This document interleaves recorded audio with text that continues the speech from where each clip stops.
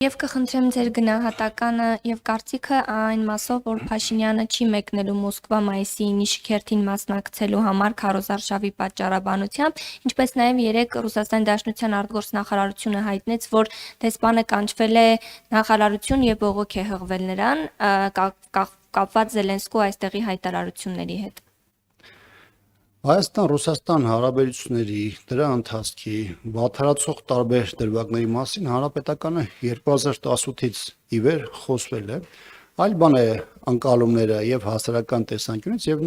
նաեւ Ռուսաստանի տեսանկյունից։ Իհարկե, ընդհանրապես այստեղ խնդիր չունեմ Ռուսաստանին հիշեցնելու կամ ցույց տալու իր շահերը, որը կարծում եմ, որ իրենք շատ ավելի լավ գիտեն։ Առավել եւս իրենք 8 տարի հայաստանյան իշխանությունների հետ աշխատում, համագործակցում են, տարբեր ուղերձներ իրար հետ փոխանակում եւ այս տեսանկյունից ես կարծում եմ այդ բոլոր հարցերը նրանց քննարկումների եւ մտահոգությունների տիրույթում են եւ այստեղ առանձնապես իշու մեկնաբանելու բան չեմ էլ տեսնում։